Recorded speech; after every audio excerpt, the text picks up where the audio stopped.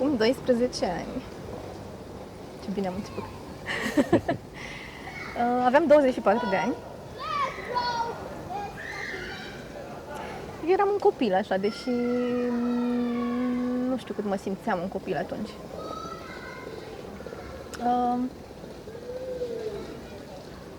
Terminasem facultatea de jurnalism. Aveam gânduri să dau la teatru. Eram suflor colaborator la Teatrul Bulandra.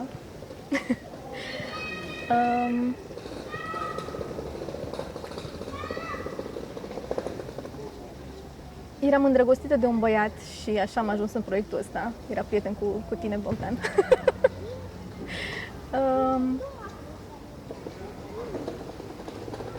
Și ce țin minte când am filmat e că abia îl pierdusem pe bunicul meu și că treaba asta mă impactase foarte tare atunci. Și era prima moarte majoră din familie și venise așa ca un șoc, știi? Asta mi-aduc aminte. Am făcut facultatea de actorie, am jucat câțiva ani, am întrerupt colaborarea cu Teatrul Bulandra așa cumva organic, în sensul că nu s-au mai jucat spectacolele alea în care eu suflam și n-am mai fost suflăr o vreme. Timpul ăsta am jucat un picuț. Și apoi a venit pandemia. Spectacolele în care jucam au murit.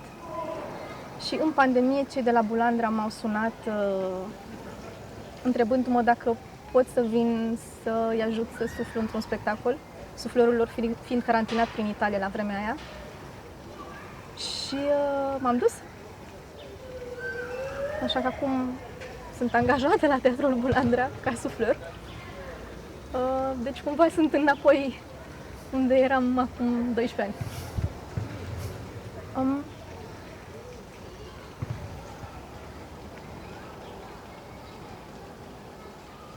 Altceva major nu s-a întâmplat, în sensul că, nu știu, n-am făcut copii, nu m-am măritat, lucruri de genul ăsta n-am făcut. Mi-am cumpărat o casă acum un an de zile și asta mă bucură teribil. Și cumva acolo se duce energia mea financiară, cel puțin.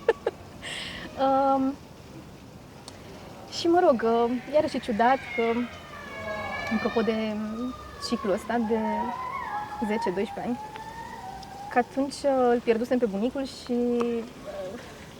s-a întâmplat, aia era cea mai moarte majoră care mă impactase la ora aia. De atunci am mai pierdut oameni foarte dragi și cumva astea au fost evenimentele majore din viața mea de atunci și până acum. Cam asta. Altceva major, n-aș știu să spun despre mine. Și după toți anii ăștia, acum ce e important pentru tine?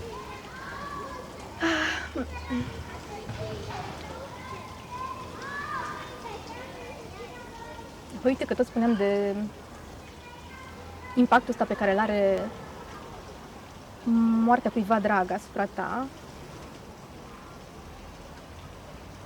Am căpătat perspectiva asta că e foarte important să trăiești în prezent, că tot ce ai de fapt e clipa de acum. Și a fost și șocant, dar și eliberator cumva pentru mine să realizez că azi poți să fii și mâine să nu mai fii, pur și simplu, și că lumea continuă să existe și lucrurile sunt așa cum le-ai lăsat, nu știu, rujurile tale sunt încă acolo, rochile tale sunt încă acolo, nu știu, peria, așa cum ai lăsat-o pe etajera din baie, știi, încă acolo și tu nu mai ești. Și conștientizarea faptului ăstuia, cred că m-a făcut să încerc să mă bucur mult mai mult de clipa pe care o am acum. Și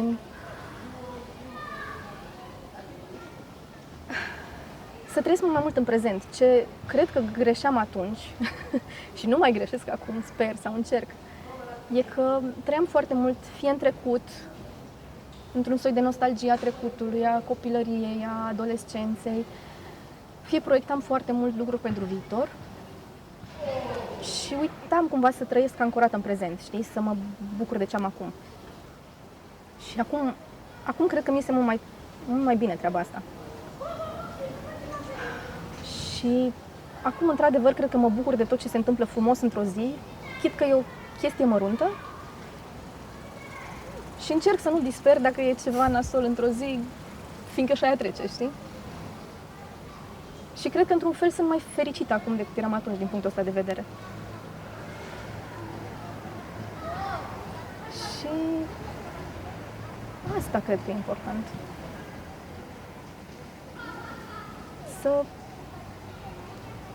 Să realizezi că ești, să fii foarte conștient de clipa de azi. Nu știu, știu că pare că vorbesc în clișee sau sună așa poate patetic, dar chiar asta cred, nu știu.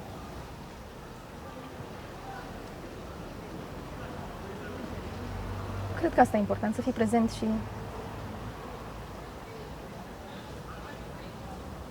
e chestia aia, știi, că să trăiești în mijloc, știi? Adică tot ce ai e clipa de acum. Mâine vei primi tot clipa de acum, nu o vei primi pe aia de mâine. Și așa că mereu trăiești în acum. Acum. Sigur că poți să-ți proiectezi, să-ți faci planuri și așa mai departe, dar efectiv nu știi niciodată dacă vei mai avea 50 de ani sau o zi, știi? Și sigur că nu ți este în fiecare zi și nu o consider o zi pierdută nici dacă, nu știu, am stat în casă și m-am uitat la seriale, știi? Așa m-am bucurat eu în ziua aia de viață. Cred că asta e important, nu știu. Mai ții minte, Mădălina, ce ai spus acum 12 ani? Mai ții minte? Hai să văd, zi-mi. Adică cred că, nu știu, așa mă laud că țin minte tot. Cred că am zis că foarte importantă e iubirea, ceea ce în continuare cred, doar că acum s-a mai adăugat și layerul ăsta de iubire de acum, în prezent. Și știu că am zis că e importantă iubirea în toate formele ei, cumva, adică indiferent că e vorba de iubire romantică sau să te iubești pe tine sau ceea ce faci, e important să iubești. Cred că cel pe acolo am zis. Super, hai să vedem. Hai! Mai luminos. Și când ești tu pregătită, poți să-i dai pe Space. Cred că cu Space începe. Și amândoi stați acolo? Puteți să plecăm dincolo, am dat direct. Gata? Deja funcționează? Da. Merge? Da? Ah. Închidem noi asta și ești sigurită, da? Și după aia ce fac? Când Și vii? cu asta ușă, te ridici și pleci. Trebuie să-mi scot ăsta, știi, nu? Da, îl scoți. Facem o dramă de asta. Ok. Bine? De partea asta nu mi-am. Te pup, pa, pa. Ah, Merge, să fii. bine.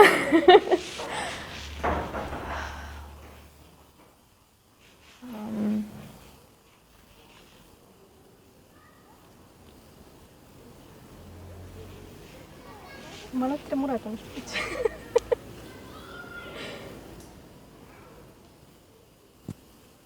E important să crezi în ceva și în cineva.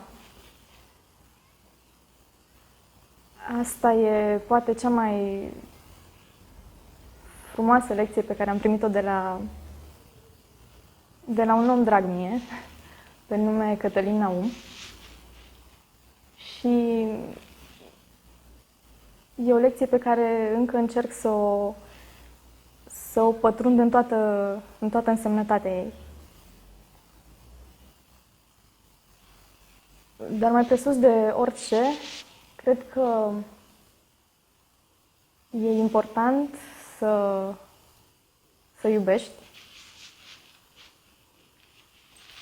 Și nu mă refer doar la modul romantic de a iubi, ci cred că e important să iubești în toate felurile în care un om poate să iubească. E important să iubești ceea ce faci, să faci totul cu pasiune, să pui suflet. E important să iubești frumosul în orice formă ar veni el. E important să te iubești pe tine îndeajuns încât să încerci să îți îndeplinești visele, dorințele, să nu renunți la ele înainte de vreme. Și în primul rând e important să iubești pe oamenii frumoși din viața ta, din toată inima, să contribui cumva la fericirea lor și să-i vezi cât mai des,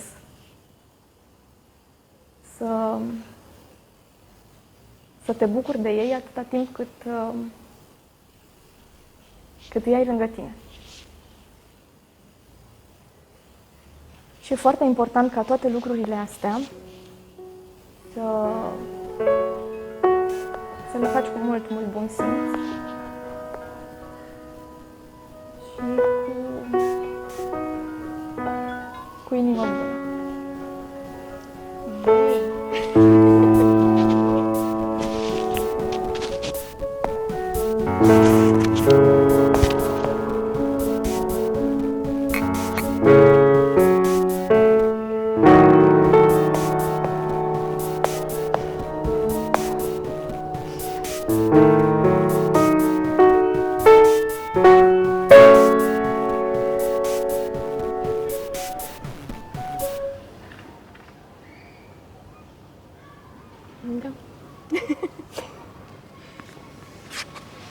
Da. Am vorbit mai frumos atunci, am fost mai coerent. Da. Un gând despre domnișoara din videoclip?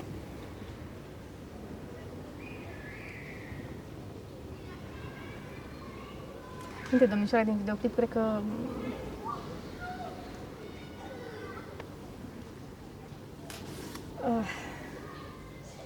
cred că era mai puțin frică, știi, să se expună decât e mie acum, cumva, știi? Adică cum am încercat să-mi ascund un pic vulnerabilitățile, atunci cred că eram mai deschisă un pic. Acum mi se pare că e aiurea să-i bați pe oameni la cap, știi, cu toate lucrurile astea, Dar, da, uite, vezi, eram înțeleaptă de pe atunci. E foarte adevărat asta cu oamenii de care trebuie să te bucuri cât îi ai, știi? Între timp nici Cătălin Naum, despre care vorbeam acolo un pic, nu mai e. Era mai... nu știu cum să zic să nu sunt, mai pură puțin, mai naivă domnișoara de atunci. Dar nu era nici domnișoara de acum, adică... Au mai trecut niște lucruri, niște evenimente peste mine și unele au fost foarte faine, altele mai puțin faine și...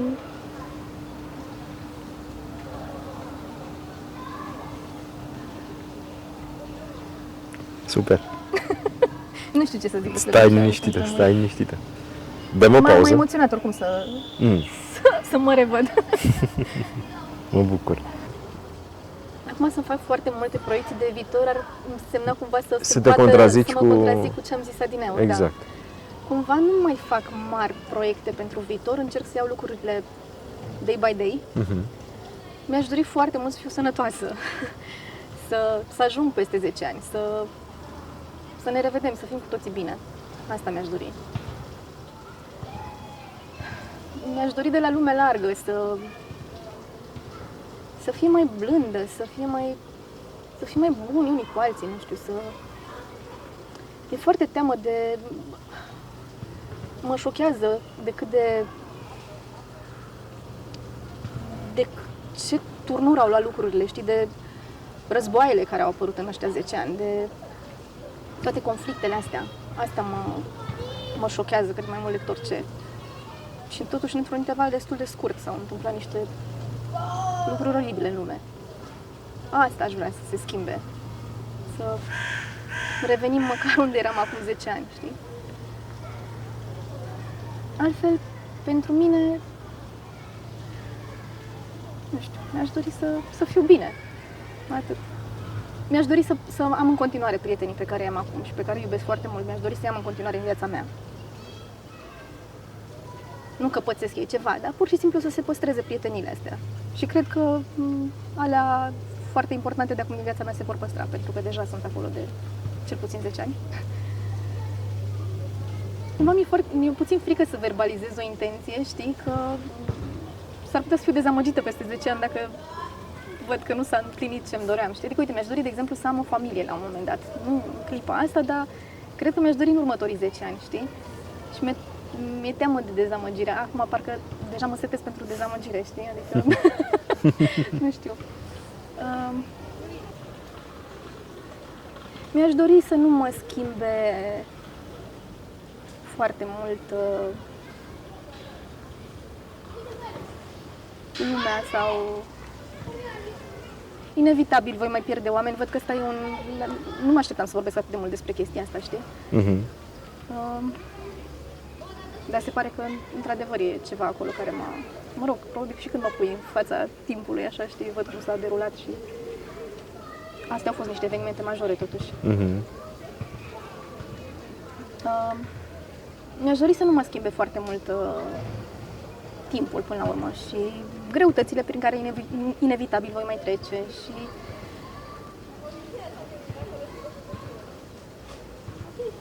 asta mi-aș dori, nu știu, eu cred că o să fie bine în final, știi, adică eu chiar cred în chestia asta, că până la urmă oricum ar fi, lucrurile se așează, știi, și sper ca peste 10 ani să fiu mai bine decât sunt acum.